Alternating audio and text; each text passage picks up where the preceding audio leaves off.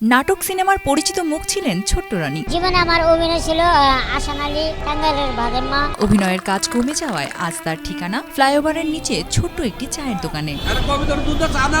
কবিতর আচ্ছা দিতেছি রাহেন।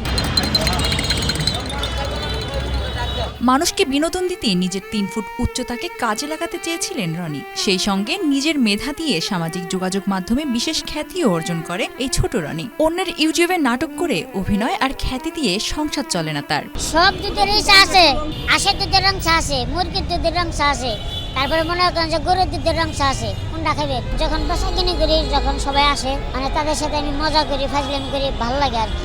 এমনি স্বাভাবিক জীবনে কষ্ট হয় না, কিন্তু আমার বাড়ি কাজ করতে একটু কষ্ট হয়। এটা করে আসলে আমার জীবন চলতেছে না, তবু কষ্ট করে আসি, ডায়লগ খেয়ে আসি কোনো রকম ভাবে। ক্যামেরার আলো, শুটিং স্পট আর ব্যস্ত সময়, এখন সবই স্মৃতি। ছোট্ট গড়নের এই অভিনেতাকে চিনতেন দেশের অর্ধসংখ্যক দর্শক, কিন্তু সময়ের সঙ্গে সঙ্গে অভিনয়ের সুযোগ কমতে থাকে। একসময় কাজ প্রায় বন্ধ হয়ে যায়। সংসার চালাতে বাধ্য হয়ে তিনি বেছে নেন চা বিক্রির পেশা। আগে অভিনয় করতাম, অভিনয় ভালোভাবে চলতাম। এখন ইদানিং কাজ কাম ইউটিউবে কমে গেছে, ফেসবুকে কাজ কাম কমে যাওয়ার পরে আমার বাচ্চা কাচ্চা আছে, বউ বাচ্চা আছে, একবারকে তো চালাইতে হবে। এই কারণে আমি এই পথ বেছে নিয়েছি। স্ত্রীকে পাশে নিয়েই তাই নতুন যুদ্ধ করছেন রনি। এখন প্রতিদিন ভোর থেকেই শুরু হয় রনি ও তার স্ত্রীর কর্মব্যস্ততা। চা তৈরি, সিগারেট ও পান সাজিয়ে ক্রেতার অপেক্ষায় বসে থাকেন তারা। আমাদের দোকানটা দিয়ে আমরা আপাতত টুকটাক ভাবে চলতেছি। তবে সারাদিনের আয়ে কোনো রকম সংসার চললেও ৩ সন্তানকে মানুষ করতে হিমশিম খাচ্ছে বলে জানান রনির স্ত্রী ময়না আক্তার। আর্থিক অবস্থা তো আমাদের বেশি একটা ভালো না। 3টা বাচ্চা আছে আমাদের, তো ওদের নিয়ে চলাফেরা আমাদের অনেক কষ্ট হইতেছে। সময়ের প্রয়োজনে টেলিভিশন ও সিনেমার বাইরে বর্তমান ইউটিউব, ফেসবুকের নাটকও কম গুরুত্বপূর্ণ নয় বলেই মনে করেন সাধারণ মানুষ। তো এক সময় ওনার খুব জনপ্রিয় ছিল, এখন উনি চা বেচতেছে, এটা কি জন্য মানে এখনো বলতে পারতেছি না। নিয়মিত কাজের সুযোগ ও শিল্পীদের জন্য কার্যকর সহায়তা থাকলে হয়তো রনিকে আজ ফুটপাতে দাঁড়িয়ে জীবিকার জন্য সংগ্রাম করতে হতো না বলেই দাবি করেন স্থানীয়রা। ওকেও আমার বাসা থেকে ভাত এনে পর্যন্ত খাওয়াই, এদের কেউ নাই।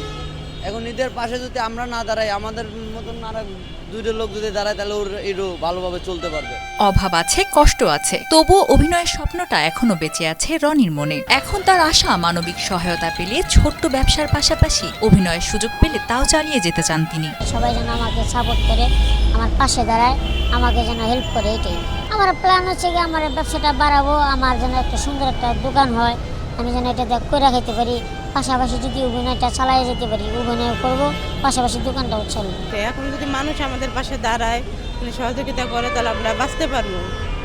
কারণ আমাদের দোকানটা মানে চালানপাতি কম আছে, তো মানে 500 টাকা চালান নিয়ে বসে থাকি, তা একবেলা মনে করেন বেচতে বলে আরেকবেলা বেচার টাকা থাকে না।